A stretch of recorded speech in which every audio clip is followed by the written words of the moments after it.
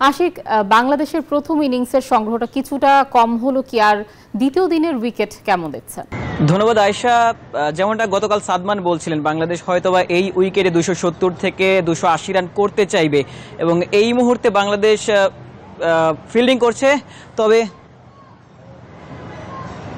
করছে এবং বাংলাদেশ দল কিন্তু 280 রান করতে পারেনি। 250 আগেই গুটিয়ে গেছে, 247 রানে বাংলাদেশ দলের ইনিংসটা গুটিয়ে গেছে। তাইজুল যদিও চেষ্টা করেছিলেন, তিনি আজকের দিনে 27 রান স্কোরবোর্ডে যুক্ত করে পেরেছেন। তার সঙ্গী ছিলেন এবাদত হোসেন এবং নাহিদ রানা।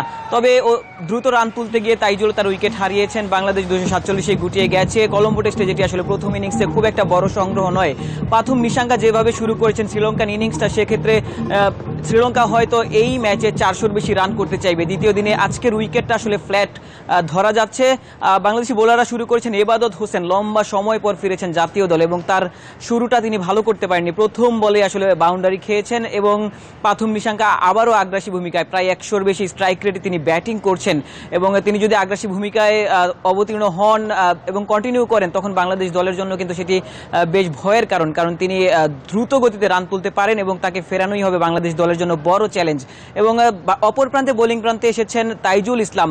এই উইকেটে প্রথম দিন আমরা দেখতে পেয়েছি খানিকটা স্পিন ধরেছে, সেক্ষেত্রেই শান্ত তাইজুলকে প্রথমেই আসলে বোলিংয়ে এনেছেন। তাইজুল চাইবেন এই উইকেটে ডমিনেট করতে, শ্রীলঙ্কান ব্যাটারদের উইকেটটা তুলে নিতে। দুজন ডানহাতি ব্যাটার রয়েছেন, তাদের ক্ষেত্রে তাইজুলই সব থেকে বড় ভূমিকা পালন করতে পারেন। আয়েশা। আশিক, আপনাকে ধন্যবাদ। বান্ডেল থাকলে প্রতি সেনমানিতে টাকা বাঁচবে। বিকাশ সেনমানি বান্ডেল কিনে জিতুন প্রতি লেনদেনে।